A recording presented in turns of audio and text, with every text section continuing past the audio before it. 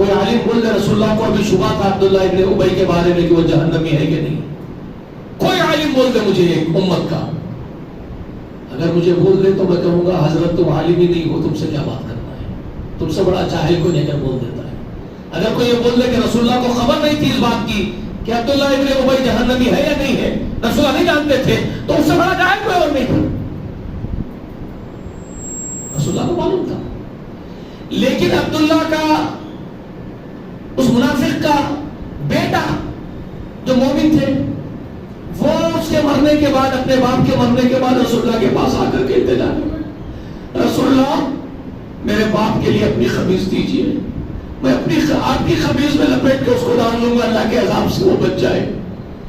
خمیز اتار کے دے رہے دشمن کے لیے, معلوم ہے جہنمی, دے رہے اس کے لیے, لے جاؤ میرے خمیز سے اگر اس کا عذاب ٹل جائے تو میں راضی ہوں اس بات سے کہ اس کا عذاب کب ہو جائے, کب ہو جائے. میں تو چاہتا ہوں کہ اس پر عذاب نہ ہو. رسول اللہ کی خواہش کیا ہے؟ دشمن کو بھی عذاب نہ ہو اللہ کا. میرا خمیز اگر پہنانے سے اس کا عذاب ختم ہو جائے تو میں راضی ہوں, دے رہے. سیدنا عمر اگر ہو گئے نہیں دینا تو بھی ہٹا کے دیے. سوچو رسول اللہ کا کردار دیکھو, کردار دیکھو. وہ کہہ رہا ہے مومن صحابی رسول اللہ کا, رسول اللہ آپ میرے باپ کے قبر میں اتر کے اپنے ہاتھوں سے اتارے تو اس پر عذاب نہیں ہوگا. تو کہہ رہے میں راضی ہوں, اگر اس کو عذاب نہیں ہوگا تو اتاروں گا, اتاروں گا. اس سے پہلے نماز جنازہ کی باری آ گئی تھی تو بولے آپ جنازے کی نماز پڑھائیے, دعا کیجیے رسول اللہ میرے باپ کے لیے مغفرت کی. آپ اگر جنازے کی نماز پڑھا دیں گے, دعا کریں گے, مغفرت کی دعا کر دیں گے تو اس پر عذاب نہیں ہوگا, ان کا خیرہ ہے. رسول اللہ اللہ کے پیغمبر ہے, اللہ کے نمائندے ہیں, وہ اگر سفارش کرے تو بچ جائے گا. یہ تو عقیدہ ہے رسول اللہ کا, ہمارا ہے نا, صحابہ کا عقیدہ یہی ہے. تو ان کے بیٹے کا, یعنی اس بدبخت عبداللہ کا منافق کے بیٹے کا عقیدہ تو مومن ہے نا, وہ تو ان کا عقیدہ ہے رسول اللہ اگر معافی کی دعا کر دیں گے تو معافی ہو جائے گی اس کی. تو کون سا ان کا تو عقیدہ صحیح ہے اپنی جگہ, صحیح عقیدہ اپنی جگہ اس بیٹے کا. تو ریکویسٹ کر رہے ہیں رسول اللہ آپ دعا کر دیں گے تو بات بچ جائے گا میرا جہنم سے.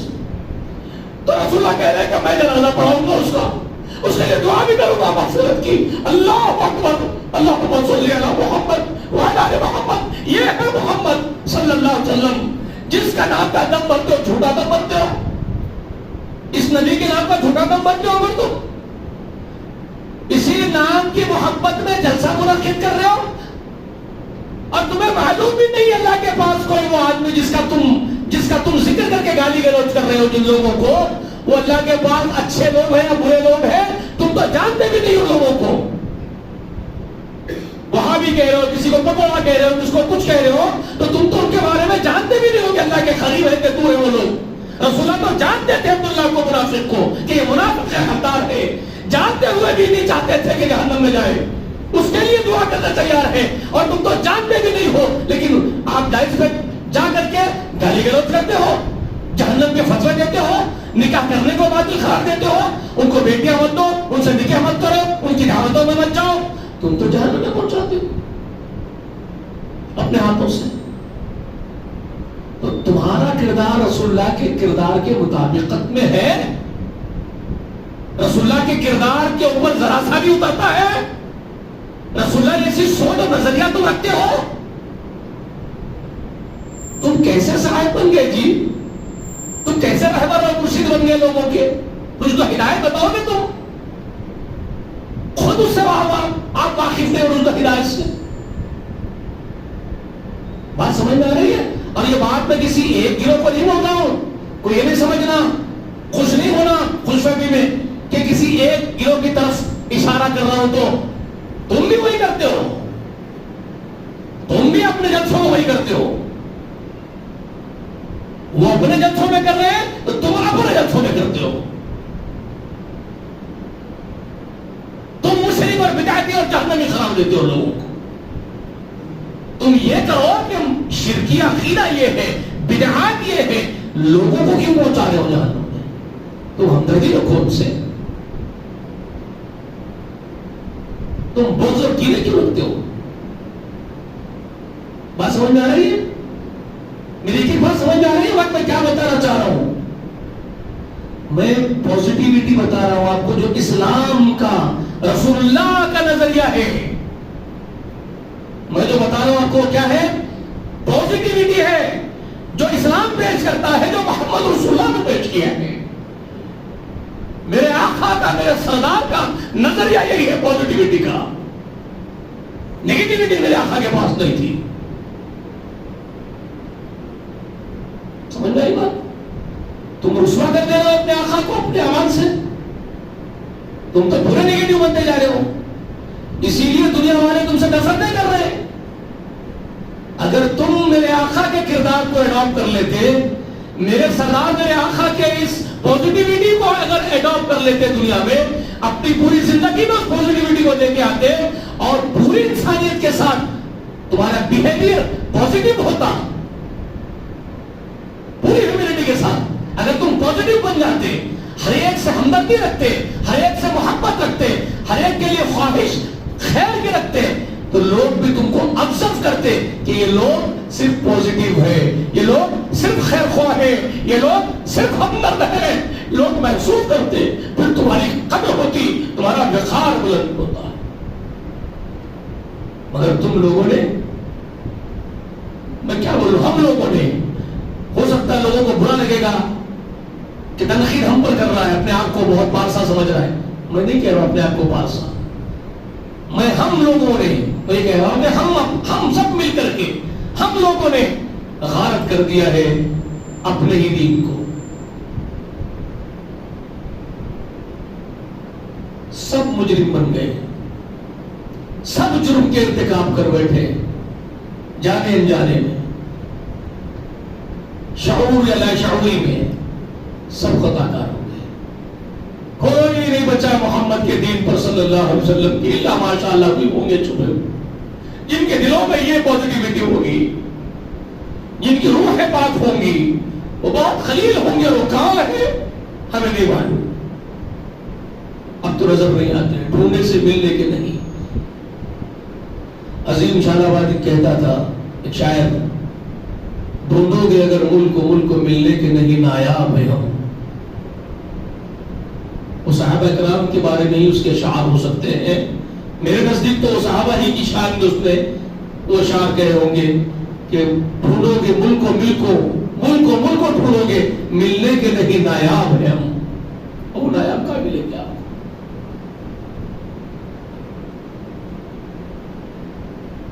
حسرت و غم تعبیر ہو جس کی، اے ہم نفسوں وہ خواب ہے ہم.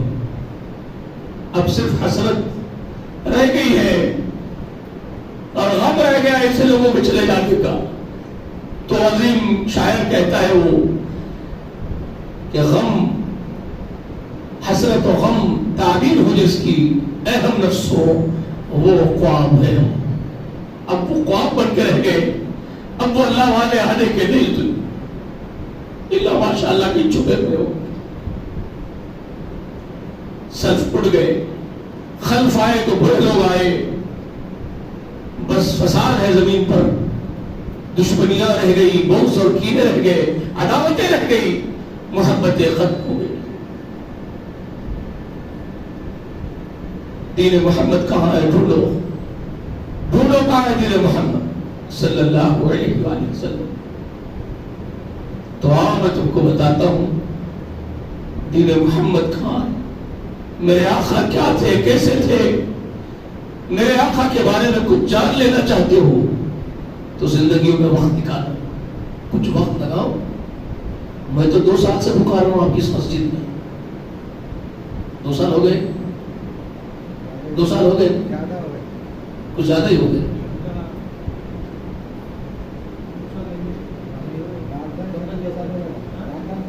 آپ کے درس گن لو،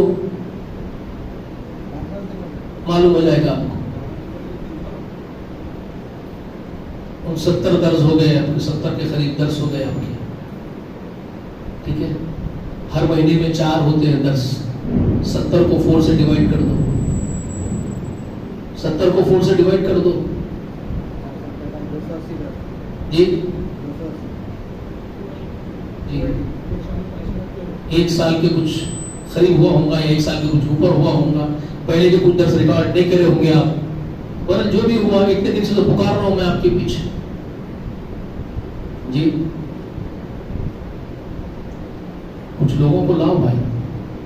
اب میں بتانا چاہتا ہوں یہاں سے آپ کو کہ ہمارے سردار کون تھے، ہمارے سردار کیسے تھے، ان کا کیا نظریہ تھا، ان کی کیا، ان کی سوچ کیا تھی، ہمارے آقا کا کردار کیسا تھا، بیہیویئرز کیا تھے، ان کا بچپن، ان کی جوانی، ان کی ادھیڑ عمر میں وہ کیسے تھے، نبوت کا دور کیسے گزرا، نہیں جاننا چاہیے. مختصر کرتے جاؤں گا، بہت لمبا نہیں کروں گا کہ اور 2 سال لکھے گئے ایسا نہیں. لیکن آئیے، ضرور آئیے، ایمان بالرسول کے بارے میں بھی جان لیجئے. میں نے گزشتہ وہ آیت آپ کو لکھا دی تھی سورہ نساء کی. ایمان رسول اللہ پر لانا جنت میں داخلے کے لیے بنیادی شرط ہے. اللہ کی رضامندی حاصل کرنے کے لیے، اللہ کی مغفرت حاصل کرنے کے لیے رسول اللہ پر ایمان اور اس کے تقاضے پورے کرنا بنیادی شرط ہے. اس کے بغیر ممکن ہی نہیں ہے. رسول اللہ کی محبت، رسول اللہ پر ایمان کے تقاضے پورے کرے بغیر جنت میں داخل ہونا ممکن ہی نہیں ہے. فلا وربک لا یؤمنون حتی یحکموک فیما شجر بینہم ثم لا يجدوا في انفسهم حرجا مما قضيت ويسلموا تسلیما. بنیادی بات اللہ نے بیان کر دی. تیرے رب کی قسم ہے محمد صلی اللہ علیہ وسلم، ان میں سے کوئی بھی اللہ کے یہاں مومن ہو ہی نہیں سکتا ہے جب تک کہ آپ کو حکم نہیں مان لیتے ہیں اپنے تمام باہمی مسائل میں، اختلافات میں. اور جب آپ کا حکم ان کے سامنے آئے تو دلوں میں ان کے کھٹکا بھی نہ ہونے پائے، بلکہ سر تسلیم خم نہ کر دے آپ کے سامنے، اس وقت تک ان میں سے کوئی اللہ کے یہاں مومن نہیں شمار کیا جائے گا. یاد رکھ لیجیے، یہ آیت مبارکہ سورہ نساء کی ہے.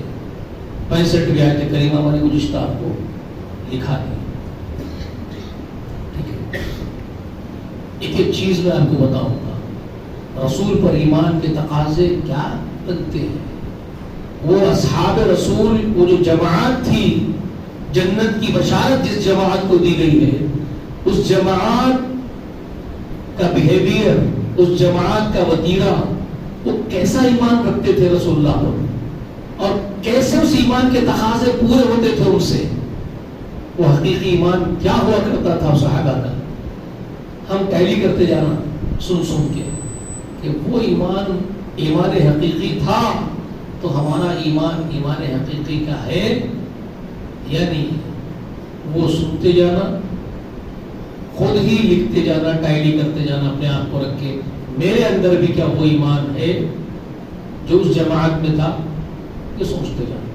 تو یہ چھوڑو جو میں آج جو ذکر کیا ہوں، ایک دوسرے کو کفر کے فتوے دے لینا، جلسے منعقد کر کے ایک دوسرے کو گمراہی کے فتوے چسپاں کرنا، ایک کے خلاف آوازیں دوسرے بلند کرنا، ایک جماعت دوسرے جماعت کے خلاف آوازیں بلند کر رہی ہے، گمراہ قرار دے رہے ہیں، شادی بیوہ مت کرو، خاندانوں سے بائیکاٹ کرو، یہ جو باتیں جو کر رہے ہیں آپ حضرات، یہ سب رسول اللہ صلی اللہ علیہ وسلم کا نظریہ ہی نہیں، صحابہ کرام کا طریقہ ہی نہیں. پتہ نہیں آپ لوگ کس کے دین پر ہیں. یہ دین محمد نہیں ہے تو آپ اور ہم اہل سنت بھی نہیں ہیں. اگر یہ دین محمد جو ہم اڈاپٹ کرے ہوئے دین محمد ہی نہیں ہے تو ہم اہل سنت کیسے ہو سکتے ہیں؟ تو ہم اہل سنت ہی نہیں ہیں. اگر ہم کو اہل سنت بننا ہے تو دین محمد صلی اللہ علیہ وسلم پر آنا پڑے گا. اس کی سب بنیادی باتیں میں نے آپ کو بتا دی. دین محمد کی بنیادیں یہی ہے کہ اللہ کے سوا کوئی عبادت کے لائق نہیں ہے. وہی یکتا ہے، یگانہ ہے، وہی معبود ہے، وہ لا شریک ہے، وہی علام الغیوب ہے، وہی علیم بذات الصدور ہے. ٹھیک ہے، وہی کرتا کرتا ہے، اور محمد رسول اللہ اس کے داعی ہے، اس کے پیغمبر ہیں، اس کے نمائندے ہیں، اس کے قاصد ہیں۔ رسول اللہ کی اطاعت خود اللہ ہی کی اطاعت ہے۔ رسول اللہ پر ایمان لازم ہے جنت کے داخلے کے لیے، اس کے بغیر جنت کا داخلہ ممکن نہیں۔ یہ آج کے درس کی چند باتیں گیٹ مار کے رکھ لیجیے، آئندہ کے درس میں ضرور آئیے، لوگوں کو لائیے۔ کیا آپ حضرات کو نہیں لگتا، ایسا نہیں محسوس ہو رہا ہے کہ یہ باتیں معلوم ہونی چاہیے ہمارے عزیز و اقارب کو؟ کہ آپ کے دل، آپ کا ضمیر نہیں بول رہا ہے یہ بات کہ یہ باتیں ہمارے عزیز و اقارب کو بھی معلوم ہو؟ کیا آپ اس کو سچ نہیں جان رہے؟ جو کچھ میں کہہ رہا ہوں یہ بات اچھی نہیں لگ رہی آپ کو؟ اگر آپ کے ضمیر کہہ رہے ہیں کہ یہ باتیں بالکل صحیح ہے، تو پھر کیوں کر آپ نہیں چاہیں گے ایسا کہ آپ کے عزیز و اقارب بھی یہاں جڑے؟ کوشش کرنا، جی توڑ کوشش کرنا۔ کوشش کرنے کا مطلب صرف زبان سے ایک مرتبہ بول دینا نہیں ہوتا ہے، کوشش لگاتار ہوتی ہے، مرتے دم تک ہوتی ہے۔ اللہ سے دعا ہے کہ اللہ تعالیٰ کہنے سے سننے سے زیادہ ہم سب کو عمل کرنے کی توفیق عنایت فرمائے۔ جب تک دنیا میں زندہ رکھے، ایمان پر زندہ رکھے، اسلام پر رکھے، خاتمہ بالخیر ہو ہمارا، اور رسول اللہ کی محبت ہمارے دلوں میں جوش مارتی رہے۔ اللہ حشر کے میدان میں تو ہم سے راضی ہو جا، ہمارے سردار، ہمارے آقا کی ملاقات کروا دے، آپ کی شفاعت ہمارے مقدر میں نصیب کر دے۔ اللہ ہماری اولاد کو بخش دے، ہمارے گھرانوں کو بخش دے، ماں باپ کے ساتھ، اہل و عیال کے ساتھ ہم تیری جنت میں آنے کے خواہش مند ہیں۔ اللہ ہماری مرادیں پوری فرما، ہمارے حبیب کا ساتھ نصیب فرما، ہم سب کی بخشش فرما۔ آمین وآخر دعوانا ان الحمد للہ رب العالمین۔ السلام علیکم ورحمۃ اللہ۔